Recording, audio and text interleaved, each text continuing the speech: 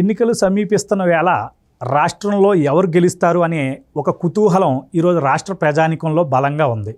అయితే ఎవరు గెలుస్తారని ముందుగానే చాలామంది పండితులు, చిలక జ్యోతిష్యులు ఇలా చాలామంది వచ్చి వారి యొక్క అభిప్రాయాలను తెలియజేస్తూ వెళ్తున్నారు. అయితే మన ఛానల్ నుంచి కూడా ఈరోజు ఒక విశ్లేషణ రూపంలో రేపు ఎవరు గెలుస్తారనే విషయాన్ని తెలియజేసే తరుణంలో భాగంగా నేను ఈరోజు మన స్టూడియోలో ప్రముఖ వాస్తు జ్యోతిష పండితులు, సంఖ్యాశాస్త్ర నిపుణులు, మహాగౌరి ఉపాసకులుగా ఉన్నటువంటి మురళీకృష్ణ గారిని ఈరోజు పిలిపించడం జరిగింది. నమస్తే మురళీకృష్ణ గారు. నమస్తే నాన్న. హరి ఓం శివం.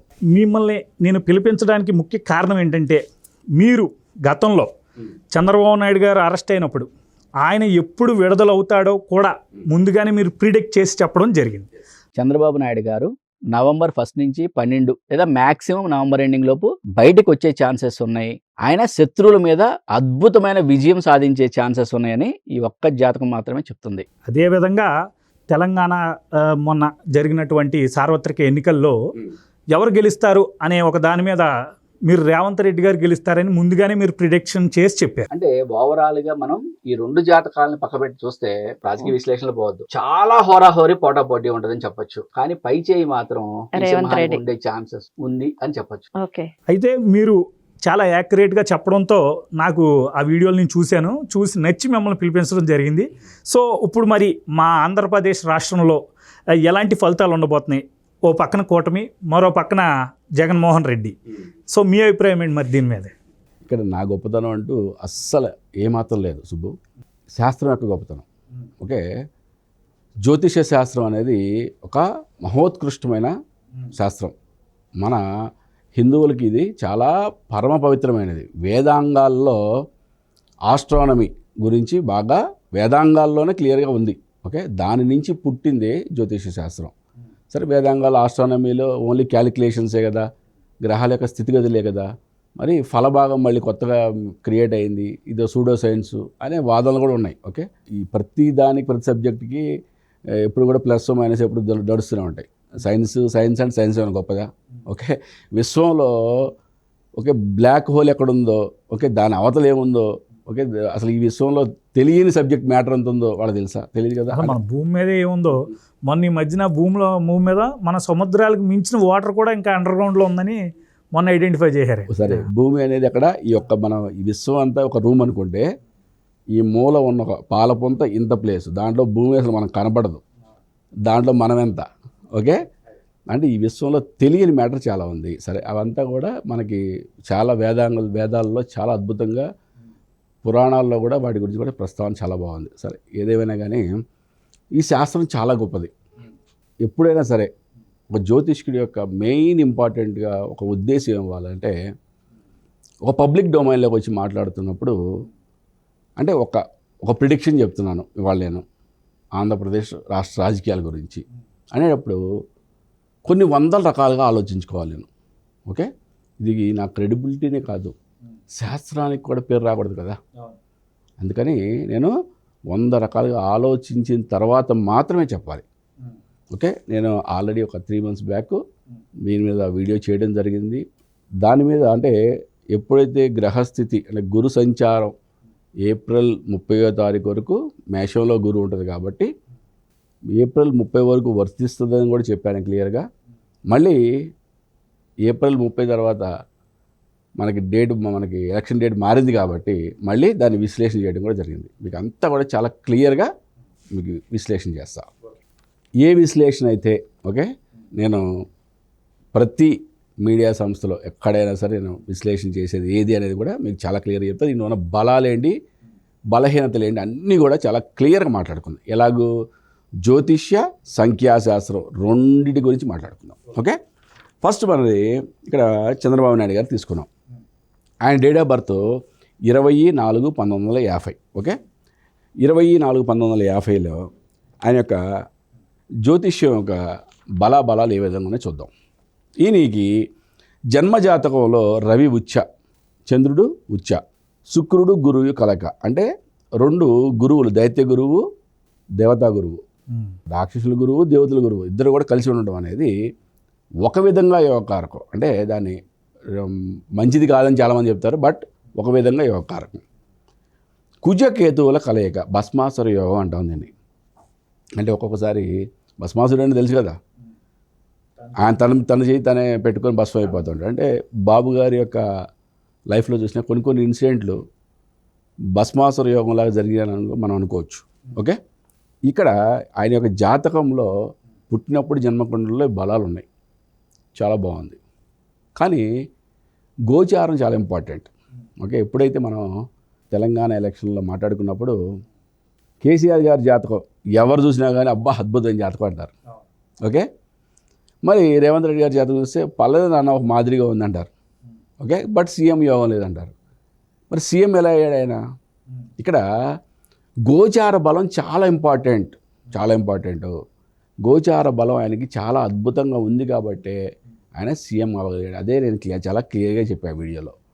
ఓకే, కేసీఆర్ గారికి గోచార బలం తగ్గింది కాబట్టి ఆయన కాలేకపోయాడు. ఇక్కడ మనకి చంద్రబాబు గారి జాతకంలో గోచార బలం ఎలా ఉంది అనేది ఒకసారి చూద్దాం.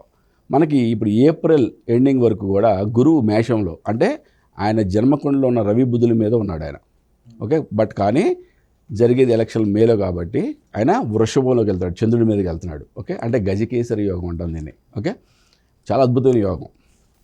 ఇట్లా రాహు మీద రాహు, అంటే జన్మ రాహువు మీద గోచార రాహు రావటం, ఇది చాలామంది ఇనాస్పీషియస్ అంటారు. డబుల్ రాహు ఎఫెక్ట్ అంటారు.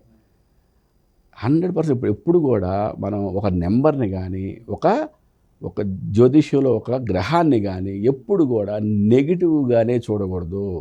శని అనగానే నెగిటివ్ అని మాట్లాడతారు. ఓకే, అది చాలా రాంగ్. చాలా మన జీవితంలో చాలా ఆస్పెక్ట్స్కి శని భగవాన్ యొక్క అనుగ్రహం లేకపోతే కాదు కదా. అలాగే నెంబర్లు కూడా, ఈ నెంబర్ మంచిగా, ఈ నెంబర్ అసలు అలా అటువంటిది ఉండదు. ఏ నెంబరు ఏ గ్రహము పరిపూర్ణంగా మంచిది లేదా పరిపూర్ణంగా చెడ్డది అంటే వాడికన్నా మూర్ఖుడు ఇంకోలేడు. డబుల్ రాహు ఎఫెక్ట్ అంటే 2 sides ఆఫ్ ద కాయిన్. ఒక సైడ్ ఆఫ్ కాయిన్ ఏంటంటే డబుల్ రాహు ఎఫెక్ట్ మంచిది కాదు. Second side of the coin ఏంటి? రాహు మీద రాహు రావడం, శత్రు విజయం, శత్రువు నిలబడలేడు అని చెప్తుంది శాస్త్రం. మరి అదే కదా నేను చెప్పింది. చంద్రబాబు నాయుడు గారు నవంబర్ 12 లోపు బయటకు వస్తారు. 28 అక్టోబర్ నాడు వీడియో చేశారు. 31 అక్టోబర్ నాడు బాబు గారు బయటకు వచ్చారు. మరి శాస్త్రం ఎంత అద్భుతమైంది. 30వ తారీఖున గురు రాహువులు, మేషంలోని గురు రాహువులు, రాహువు 30వ తారీఖు నైటు రాహువు మేషం నుంచి మీనంలోకి వెళ్తే 31 మార్నింగ్ బాబు గారు బయట రావడం అంటే ఇంతకన్నా అద్భుతమైన శాస్త్రం ఎక్కడైనా ఉంటుందా మీకు? ఇంత అద్భుతమైన శాస్త్రాన్ని ఎవరు నోటికి ఇష్టం వచ్చిన వాళ్ళు చెప్తామో, లేకపోతే ఏదైనా కానీ, లేదా వాళ్ళ విశ్లేషణ రాక చెప్పడమో, ఏదైనా కానీ ఇది ఒక బాగా కాంట్రవర్షియల్ సబ్జెక్ట్ అయిపోయింది. అంటే చాలా చులకన భావన ఏర్పడింది. అది మంచిది కాదు. ఇక్కడ మనకి చంద్రబాబు గారి జాతకంలో మనం జనరల్గా ఏంటంటే ఎప్పుడు కూడా ఒక రాజకీయంలో రాజ్యాన్ని ఏలాలంటే, రాజుకి యుద్ధంలో గెలవాలంటే ఏం చూస్తామంటే రవి, కుజుడు, గురువు, అంటే రాజు, సేనాధిపతి అండ్ మంత్రి, వీళ్ళ బలాలు చూస్తాం. అది ఎప్పుడు ఒకప్పుడు అంతే కదా. రాజ్యాలు రాచరికాలు ఉన్నప్పుడు వాళ్ళ ముగ్గురు యొక్క బలాలు చూస్తాం. కానీ ఇప్పుడు ఏంటి? కుట్రలు, కుళ్ళు, కుతంత్రాలు కదా. రాజకీయం అంటే అది కదా ఇప్పుడు. కాబట్టి ఇప్పుడు ఏంటంటే వీళ్ళ ముగ్గురితో పాటు శని రాహుల యొక్క బలం కూడా గట్టిగా ఉండాలి. ప్రస్తుత రాజకీయాల్లో ఉంటేనే గెటాన్ అవ్వగలరు, దాంట్లో ఎటువంటి సందేహం లేదు. కాబట్టి ఈ 5 గ్రహాలు ఏ విధంగా బలంగా ఉన్నాయని చెక్ చేయాలి. మనం ఇక్కడ చంద్రబాబు గారి జాతకంలో మనం ఇవన్నీ కూడా చెక్ చేసినప్పుడు ఈయనకి ఈ 5 గ్రహాల యొక్క బలం చాలా అద్భుతంగా ఉంది. నెక్స్ట్ మనం ఆయన యొక్క న్యూమరాలజీ చూద్దాం ఒకసారి.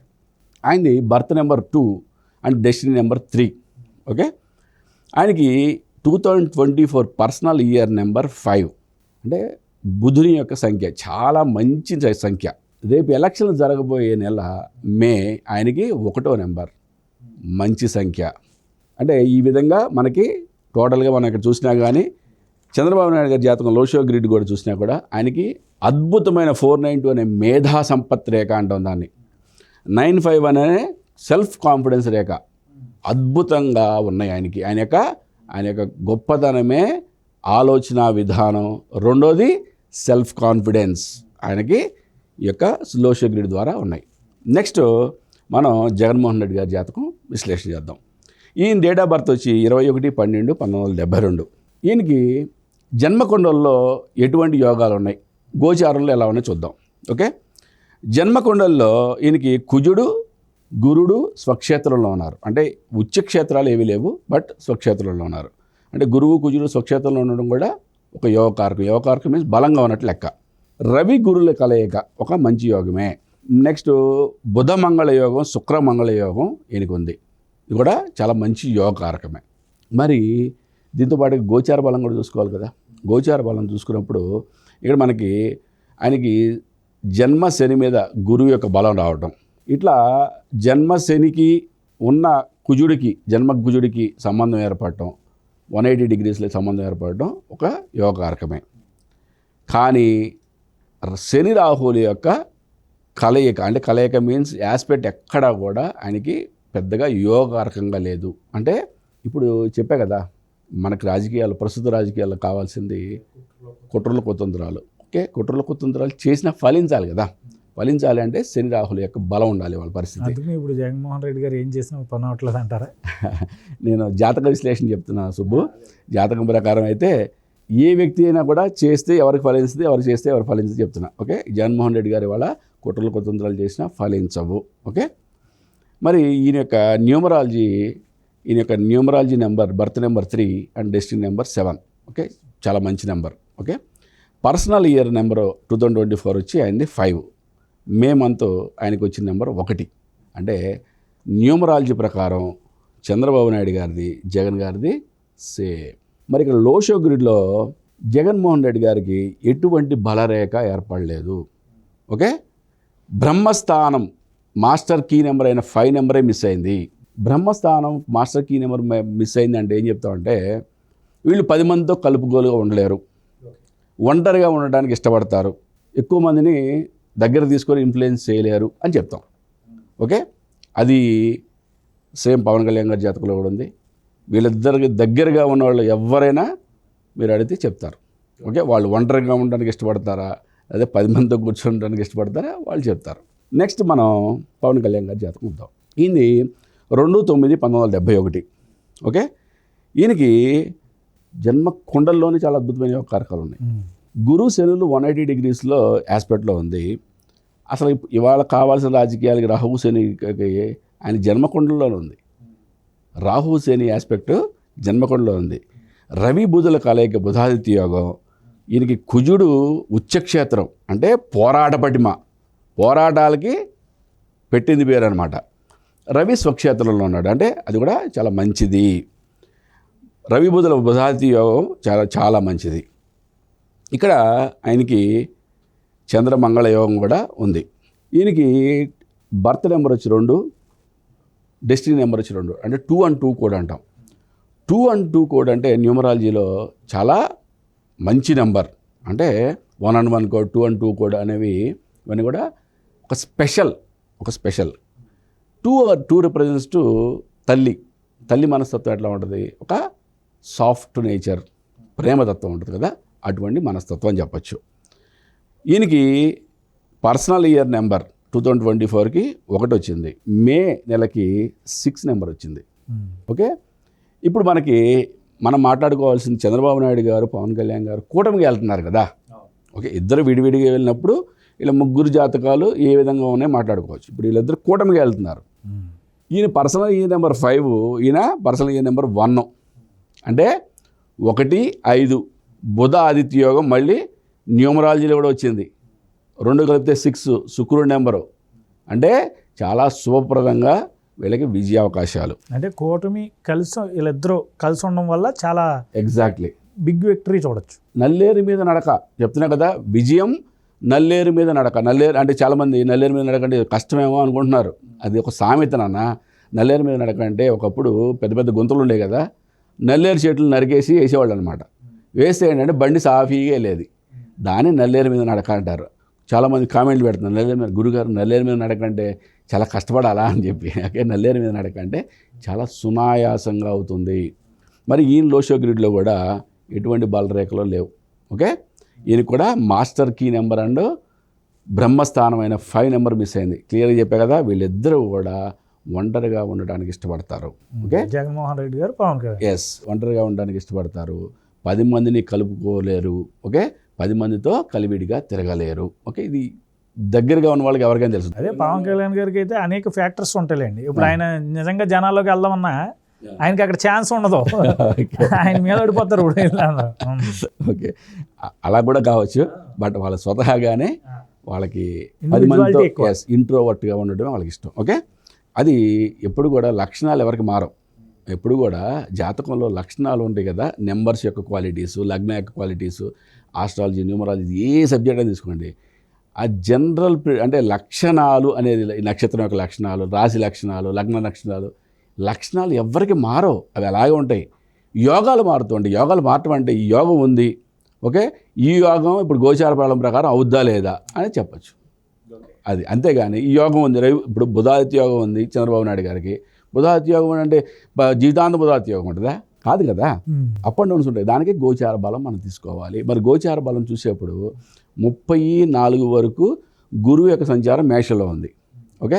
కానీ 31:5 నుంచి గురువు యొక్క సంచారం వృషభంలోకి వెళ్తుంది. ఒక 3 months బ్యాక్ మనం ఆల్రెడీ దీని మీద విశ్లేషణ చేశాము, ఓకే. వీళ్ళిద్దరూ కలిసి కూడమిగా వెళ్తున్నారు. వీళ్ళ యొక్క విజయం నల్లేరు మీద నడక అని చెప్పా. కానీ మరి మే తర్వాత కూడా చూడాలి కదా, మళ్ళీ మే తర్వాత కూడా మళ్ళీ ఒకసారి చెక్ చేసినట్లయితే ఇంకొక 5 to 10% ఇంకా ఛాన్సెస్ అదనంగా పెరిగినాయి. ఏప్రిల్ దాకా ఒకటి, ఏప్రిల్ తర్వాత ఎగ్జాక్ట్లీ మళ్ళీ ఏప్రిల్ అంటే మే 1 నుంచి మళ్ళీ నెక్స్ట్ ఇయర్ ఏప్రిల్ వరకు గురు సంచారం వృషభంలో జరుగుద్ది. అంటే ఏప్రిల్ వరకునే నేను చాలా సునాయాసం అని చెప్తున్నా, ఓకే. మే నుంచి చూస్తే ఇప్పుడు చెప్పిన దానికి ఇంకో 5-10% వాళ్ళకి పాజిటివ్గానే ఉంది, కానీ నెగిటివ్ అనేది లేదు. కాబట్టి ఏ విధంగా చూసినా సరే. అయితే ఇప్పుడు ఇక్కడ ఆంధ్రప్రదేశ్లో అయితే ఇంకా ఈ కూటమి విజయం అయితే ఎవరు ఆపలేరు. జ్యోతిష్య శాస్త్ర సంఖ్యాశాస్త్రం ప్రకారం నా తల్లి మహాగౌరి ఇచ్చిన నా పరిజ్ఞానాన్ని బట్టి నేను చెప్పేది ఇప్పటి వరకు 100% జరిగినాయి, ఓకే.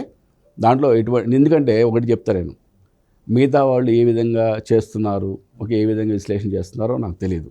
చాలామంది ఒక పరాశర పద్ధతి అంటే లగ్నాన్ని చెప్పడమా, ఓకే, అంతర్దశలో బుధుడు నడుస్తున్నాడు యోగించదు ఇట్లా చెప్పడమా, అష్టమ శని ఉంది అర్ధాష్టమ శని ఉంది చెప్పడం అట్లా చెప్తారు. అవన్నీ చాలా చిన్న ఆస్పెక్ట్స్, ఓకే. అంటే చిన్న ఆస్పెక్ట్స్ మీన్స్ ఎప్పుడు ఒకే సబ్జెక్ట్ పట్టుకోకూడదు. ఇప్పుడు జ్యోతిష్యంలో వివిధ రకాలైన సబ్జెక్టులు ఉన్నాయని 5 రకాలుగా విశ్లేషిస్తా.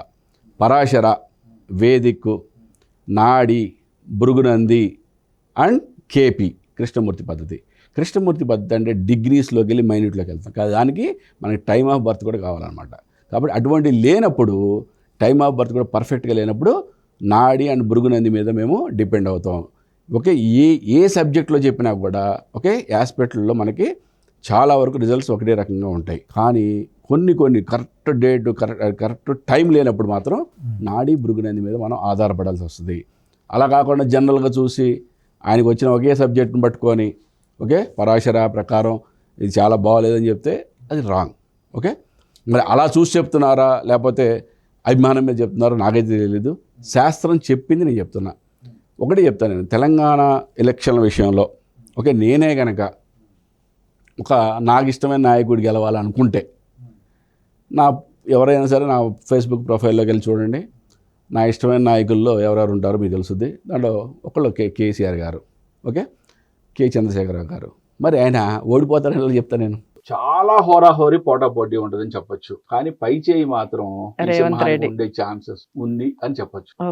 శాస్త్రం ఏం చెప్పిందో నేను అదే చెప్పా, అంతేగాని నాకు ఇష్టమైన నాయకుడు ఓకే ఆయన గెలవాలి అని చెప్పి నేను శాస్త్రాన్ని మార్చి చెప్పలేను కదా.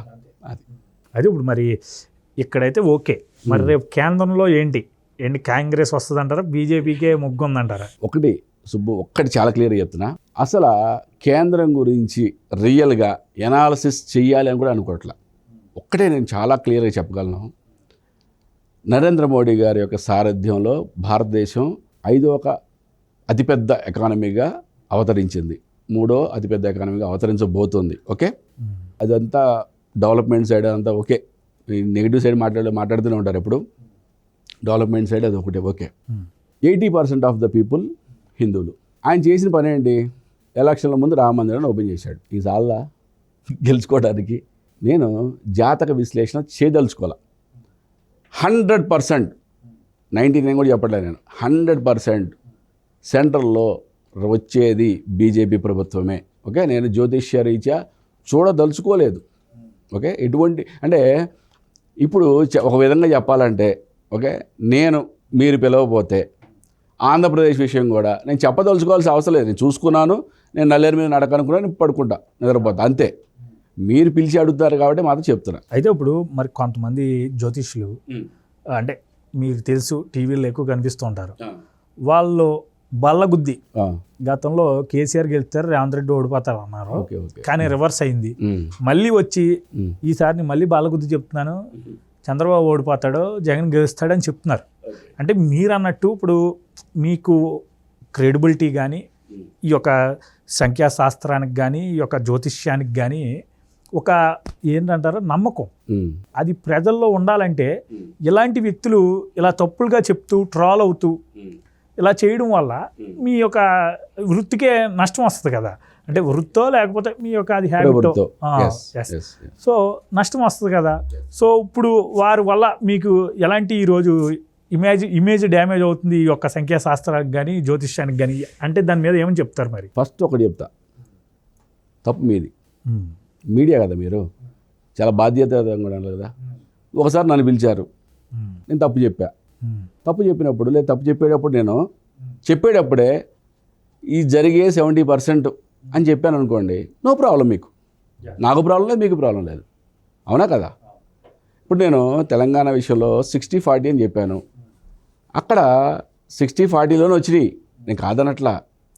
అటువంటి డౌట్లు ఉన్నప్పుడు నువ్వు 100% కన్ఫర్మేషన్, ఆ 60-40 కూడా 100% కన్ఫర్మేషన్కి వచ్చినప్పుడు పబ్లిక్ డొమైన్లోకి రావాలి. నువ్వు పబ్లిక్ డొమైన్లోకి వచ్చేసేసి ఇష్టం వచ్చినట్టు మాట్లాడేసేసి, అంటే డబ్బు తీసుకుని అలా మాట్లాడుతున్నారా, అభిమానంతో మాట్లాడుతున్నారు? అది వాళ్ళ విజ్ఞతగా వదిలేయాలి, అది వాళ్ళకి తెలవాలి కదా, నాకెట్లా తెలుస్తుంది? ఫస్ట్ తప్పు మీడియాది. ఒకసారి నేను ఒక పత్రికాముఖంగానో లేకపోతే ఒక మీడియా ఛానల్ రూపంగానో నేను వచ్చినప్పుడు నేను తప్పు చెప్పాను, మళ్ళీ మీరు బైక్ తీసుకొచ్చి నా మూడు దగ్గర ఎందుకు పెడతారు? మీరు తప్పు మీదా నాదా? చూసేవాళ్ళది కూడా తప్పు ఉంది ఇక్కడ, ఇది కూడా చెప్తాను నేను. ఒకసారి తప్పు చెప్పారు అనుకుందాం, తప్పు చెప్పినప్పుడు అసలు ఆ వ్యక్తి మొహం మళ్ళీ మీరు చూడాల్సిన అవసరం ఉంది. ఓకే, అంటే ఇప్పుడు నేను చెప్పేది 100% జరుగుద్ది అని చెప్పినప్పుడు తప్పించుకోవడానికి లేదు. నేను చెప్పే దాంట్లో 70-75% రిజల్ట్ వచ్చే ఛాన్సెస్ ఉందమ్మా అని చెప్పినప్పుడు 100%. ఇప్పుడు ఏ వ్యక్తి కూడా ఇది గ్యారంటీ అని ఏ జ్యోతిష్కుడు ఇవ్వలేడు. బట్ నా దగ్గర ఇప్పుడు ఒక్కొక్క ఛానల్ వాళ్ళు ఒక్కొక్క క్వశ్చన్ 100 క్వశ్చన్లు అడుగుతూ ఉంటారు. 100 క్వశ్చన్లు అడిగినప్పుడు నేను ప్రతి దాని మీద విశ్లేషణ చేయను. ఏదైతే నేను షూర్ షాట్ అనుకుంటానో, ఏదైతే నేను జ్యోతిష్యంలో 5 రకాలుగా విశ్లేషించి, సంఖ్యాశాస్త్రంలో విశ్లేషించి, ఎస్ ఇది కరెక్ట్, అన్నిటికన్నా ముఖ్యంగా నా తల్లి ఇచ్చే ఆ యొక్క సంకేతాలు చాలా ఇంపార్టెంట్. ఓకే, అవన్నీ తీసుకున్న తర్వాతే ఎస్ ఇది షూర్ షాట్ అన్న తర్వాతే నేను బయట చెప్తాను. ఓకే, ఇక్కడ ఛాలెంజ్లు చేసేది లేదు. ఓకే, లేకపోతే శాస్త్రాలు వదిలేశాను నీకు జరగకపోతే అని చెప్పుకునేది లేదు.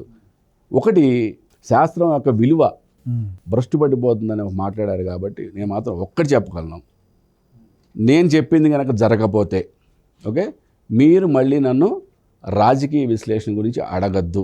ఓకే, నేను మీకు రాజకీయ విశ్లేషణ చెప్పను, మీరు నన్ను రాజకీయ విశ్లేషణ అడగద్దు.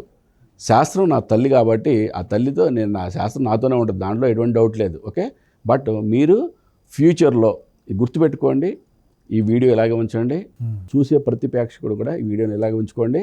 ఫ్యూచర్లో కనుక నేను చెప్పింది జరగకపోతే ఓకే మీరు నన్ను రాజకీయ విశ్లేషణ గురించి అడగద్దు, రాజకీయ జ్యోతిష్యం గురించి అడగద్దు, నేను కూడా మీకు రాజకీయ విశ్లేషణ చేయను. చివరిగా 2 అక్షరాల పేరున్న వాళ్ళు రాజ్యాలను ఏళ్తారంటూ ఇటీవల కొన్ని వీడియోలు వచ్చినాయి. అంటే మోడీ గారి 2 అక్షరాల పేరు, ఆయన దేశాన్ని వెళ్తారు అంటే బ్రహ్మం గారు చెప్పారని చెప్తున్నారు. ఇక్కడ జగన్ గారు కూడా 2 అక్షరాల పేరు, ఈయన కూడా రాజ్యాన్ని వెళ్తాడు అని ప్రచారం సాగుతుంది. అంటే మళ్ళీ ఈ యొక్క న్యూమరాలజీ ప్రకారం 1972లో పుట్టిన వాళ్ళకి అది అసలు మామూలు జాతకం కాదంట, అది ఒక మహాద్భుతం అంటే ఇంకా రాజ్యం నుంచి దిగరంట, అది 30-40 సంవత్సరాలు అంటూ ఇంకా వారి విశ్లేషణ వాళ్ళు చేస్తున్నారు కదా, దాని మీద మరి మీ అభిప్రాయం? ఇప్పుడు ఉపశాస్త్రాలన్నింటినీ కూడా మనం సపోర్టింగ్గా మాత్రమే తీసుకోవాలి. న్యూమరాలజీ మీద ఏ హస్త సాముద్రికం ఇవన్నీ కూడా. సరే మరి కొత్తగా ఏదో మీరు గవ్వల శాస్త్రం చెప్పారు. ఓకే, దాని శాస్త్రం అనేది వేదాంగాల్లో మరి ఎక్కడైనా ఉందో లేదో నాకైతే తెలియదు. సరే, బ్రహ్మం గారు అయితే చెప్పారు. ఏమని చెప్పారు? 2 అక్షరాల పేరు ఉన్న వ్యక్తి రాజ్యాలను వెళ్తాడని చెప్పారు. ఓకే, మహానుభావుడు ఆయన, అవధూత, దైవాంశ సంభూతుడు. ఆయన చెప్పిన దాంట్లో 100% కరెక్ట్ అవుద్ది. బాబు అంటే ఎన్ని అక్షరాలు? 2 అక్షరాలు. పవన్ అంటే వన్ అంటే 2 అక్షరాలు. పా అంటే 1 అక్షరం, వన్ అంటే సంయుక్త అక్షరం, వన్. కళ్యాణ్ అని పిలుస్తారు కొంతమంది. కళ్యాణ్ అంటే 2 అక్షరాలు. అంటే వీళ్ళిద్దరు కాదా? 2 అక్షరాలే కదా. పోనీ పూర్తి పేర్లు తీసుకుందాం. నరేంద్ర దామోదర్ దాస్ మోడీ, వైఎస్ జగన్మోహన్ రెడ్డి గారు, చంద్రబాబు నాయుడు గారు, పవన్ కళ్యాణ్ గారు. అసలు అక్షరాలు ఎక్కడ ఉన్నాయి? 2 అక్షరాలు అనేది. 2 అక్షరాలనే కాన్సెప్ట్లో కనుక వస్తే ఒక్కటి నేను చెప్తా. నా కొడుకు పేరు అద్వైత్, ముందు వెనకేమీ లేదు. అద్వైత్, అద్వైత్. 100% రాజ్యాలను ఏలేది నా కొడుకు అవుతాడు. నవకు సుబ్బు, నేను చెప్పేది బ్రహ్మం గారు చెప్పిన దాని ప్రకారం 2 అక్షరాలు ఉన్న వ్యక్తి రాజ్యాలు వెళ్తాడు అంటే నా కొడుకు రాజ్యం వెళ్తాడు. ఎందుకంటే నా కొడుకు యొక్క జాతకం కూడా ఎప్పుడు పుట్టాలని నేను అన్నీ చూసుకొని నేను పెట్టా. లగ్నంలో గురువు రావాలి, కొన్ని జాతకంలో కొన్ని వేల దోషాలు హరించే శక్తి లగ్నంలో గురువుకు ఉంటుంది కాబట్టి లగ్నంలో గురువు వచ్చేటి పెట్టుకున్నాను నేను. ఓకే, అది అంతా మనం పెట్టుకుంటే అక్కడ జరగాలని ఏం లేదు, భగవంతుడి సంకల్పం ఉంటేనే జరుగుతుంది అది. ఓకే, మరి అట్లాగే 1972 అన్నావు, యువరాజు అన్నావు, ఏదో చెప్పావు, చాలా బాగుంది. ఓకే, ఎప్పుడు కూడా ఒక యాస్పెక్ట్ మీద తీసేసుకొని జ్యోతిష్యంలోనే ఒక్క యాస్పెక్టే 4 యాస్పెక్ట్లే 10 యాస్పెక్ట్లే కేసీఆర్ గారికి పనిచేయలేదు. ఓకే, అటువంటిది నువ్వు 1970లో పుట్టాడు ఈయన రాజు అంటే అసలు ఏ విధంగా? అంటే నేను కాదులేండి, వైసీపీ సోషల్ మీడియాలో తిరుగుతున్నాయన్నమాట, అందుకని మామూలుగా అడుగుతుంది. అంటే మీ మీడియాలో కూడా మళ్ళీ పార్టీలకి అనుకూలంగా వ్యతిరేకంగా మరి ఉంది. అలాగే ఉంది కదా ఇప్పుడు మొత్తం రాజకీయమే కాదు, మీడియాలు కూడా అలాగే తయారైనాయి. ఓకే, ఓకే నాన్న, మీ మీడియా ఎలా ఉందో నాకు తెలియదు. ఓకే, నేను చెప్పేది మాత్రం శాస్త్రం ఏం చెప్తుందో అదే చెప్తున్నా. మళ్ళీ చెప్తున్నాను. 1972లో పుడితేనో, ఓకే, 1975లో పుడితేనో రాజు అవుతాడు, యువరాజు అవుతాడంటే అది హాస్యాస్పదం. అక్కడ లోషోగ్రిడ్లో బ్రహ్మస్థానమైన మాస్టర్కి నెంబర్ 5 లేదు. న్యూమరాజీలో బలం ఎక్కడుంది? న్యూమరాజీలో పర్సనల్ ఇయర్ చంద్రబాబు నాయుడు గారికి, వైఎస్ జగన్మోహన్ రెడ్డి గారికి సేమ్ ఉంది కదా. ఇంక బలం ఎక్కడుంది? పర్సనల్ ఇయర్లో, పర్సనల్ మంత్లో కూడా సేమ్ ఉంది కదా. మరి ఇద్దరు సేమ్ కదా. అంటే ఇప్పుడు నాకు వచ్చిన డౌట్ అండి, ఇప్పుడు వాస్తవంగా కూటమి ఇప్పుడు చంద్రబాబు నాయుడు గారు పవన్ కళ్యాణ్ కలవడం వల్ల చాలా బలం వచ్చేసింది. ఒక రకంగా ఇప్పుడు చంద్రబాబు నాయుడు గారిది జగన్మోహన్ రెడ్డి గారి జాతకం ఒకేలా ఉన్నాయి, అంటే ఒక సమంగా ఉన్నాయా? అలా కాదు. అంటే చంద్రబాబు నాయుడు గారిది ఒక విధమైన జాతకం, పవన్ కళ్యాణ్ ఒక విధమైన జాతకం. ఓకే, ఆయన చాలా సౌమ్యంగా ఉంది, ఇది చాలా అగ్రెషన్గా ఉంది. ఓకే, రెండు కలిపినప్పుడు ఒక రాజుకి, ఒక రాజ్యానికి ఏం కావాలి? రాజు కావాలి, సేనాధిపతి కావాలి. వాళ్ళిద్దరు ఉన్నారు. అంటే ఇప్పుడు 2019లో వీరిద్దరు కలిసి పోటీ చేస్తుంటే సినారియో ఇప్పుడు ఉన్నట్టు ఉండేది అంటారా? అంతే కదా. అంటే అప్పుడు గోచారం ఎలా ఉందో కూడా ఒకసారి చెక్ చేస్తే మనం క్లియర్గా చెప్పచ్చు. అసలు అప్పుడు సినారియో బట్టే ఉంటుంది. అంతే కదా. ఇప్పుడు కూడా వీళ్ళిద్దరూ ఎలకాలం ఉంటారని ఉండదు కదా. మళ్ళీ ఫర్ సపోజ్ 2029 ఎలక్షన్లో ఇద్దరు కలిసి వెళ్తున్నారా లేదా విడివిడిగా వెళ్తున్నారా అనుకుందాం. ఊరికే నేను 10 ఏళ్ళు 15 ఏళ్ళు అని చెప్పి మళ్ళీ 10-15 ఏళ్ళ తర్వాత మాట్లాడు. ఎప్పుడైనా జాతకాన్ని మ్యాక్సిమం 1 year వరకే చూడాలబ్బా. ఓకే, అంటే జనరల్గా చెప్తున్నా 1 year వరకే చూడాలి. 1 year వరకు, ఎందుకంటే మన జాతకంలో చిన్న దోషాలు కానీ, ఓకే, లేదా అద్భుతాలు కానీ జరిగే ఉంటే కనుక వాటిని అద్భుతాలను ఇంకా పెంచుకోవడానికి, చిన్న దోషాలను తగ్గించుకోవడానికి. ఇప్పుడు సినిమాలు చాలా చోట్ల మనకి చెప్తారు కదా, అపమృత్యు దోషం అంటారు. ఓకే, మరి యమదొంగ సినిమా అంటే ఇక్కడ ఎందుకు చెప్తున్నా అంటే, ఇక్కడ ఒక్కొక్కసారి జాతకంలో చిన్న దోషాలే వాళ్ళు చేసే ప్రారబ్ధ కర్మలతో పెద్ద దోషం అయిపోద్ది. ఓకే, అది మృత్యు సమానం కూడా అయిపోయే ఛాన్సెస్ ఉంటాయి. కాబట్టి ఏంటంటే దోషాలు ఉన్నప్పుడు ఏ విధంగా మనల్ని మనం ప్రొటెక్ట్ చేసుకోవాలి, భగవన్ నామస్మరణతో ప్రొటెక్ట్ చేసుకోవాలి. ఓకే, ఏ విధమైన ఆరాధన చేసుకోవాలి తెలుసుకోవాలి. లేదు మనకి నిజంగా అద్భుతంగా ఉంది ఈ సంవత్సరం, దాన్ని ఇంకా ఎలా ఫ్లారిష్ చేసుకోవాలి అని ఆలోచించుకోవాలి. అంతవరకే కానీ ఊరికే జీవితాంతం మొత్తం ఒకేసారి చెప్పుకొని ఒకేసారి తెలుసుకొని ఏం చేస్తారు? మీరు ఇప్పుడు ఈ అన్ని ఎక్కడ నేర్చుకున్నారు? మీ గురువు గారు ఎవరైనా ఉన్నారు? ఇది 23 సంవత్సరాల అద్భుతమైన ప్రయాణం. ఇది నాకు సుమారుగా 15 మంది గురువులు ఉన్నారు ఒక్కొక్క సబ్జెక్ట్లో. వాస్తు వడ్లమూడి అప్పారావు గారు, న్యూమరాలజీ ద్రోణంరాజు పూర్ణచంద్ర గారు, పిరమిడాలజీ, న్యూమరాలజీ, ఫెంగ్షూ ఇవన్నీ కూడా ద్రోణరాజు పూర్ణచంద్ర గారు, ఎంఏ ఆస్ట్రాలజీ సివివి సుబ్రహ్మణ్యం గారు. ఎంఏ ఆస్ట్రాలజీ నేను కంప్లీట్ చేయలేదు, ఓకే. సివివి సుబ్రహ్మణ్యం గారు, శంకరమంచి వారు, ఇట్లా చాలామంది గురువులు ఉన్నారు. బట్ వాళ్ళతో డైరెక్ట్గా నేను అంటే ఎంఏ ఆస్ట్రాలజీ అంటే సంవత్సరానికి కొన్ని వేల మంది వస్తారు. వాళ్ళు గురువులుగా భావిస్తే వాళ్ళు గురువులు, లేదు టీచర్గా భావిస్తే టీచర్లు అంతే. బట్ సివివి సుబ్రహ్మణ్యం గారు వాళ్ళని ఎప్పుడు కూడా ఇంటరాక్ట్ అవుతూనే ఉండేవాడిని, కొన్ని డౌట్స్ ఏమైనా క్లారిఫై చేసుకుంటూ ఉండేవాడిని ఎంఏ ఆస్ట్రాలజీలో.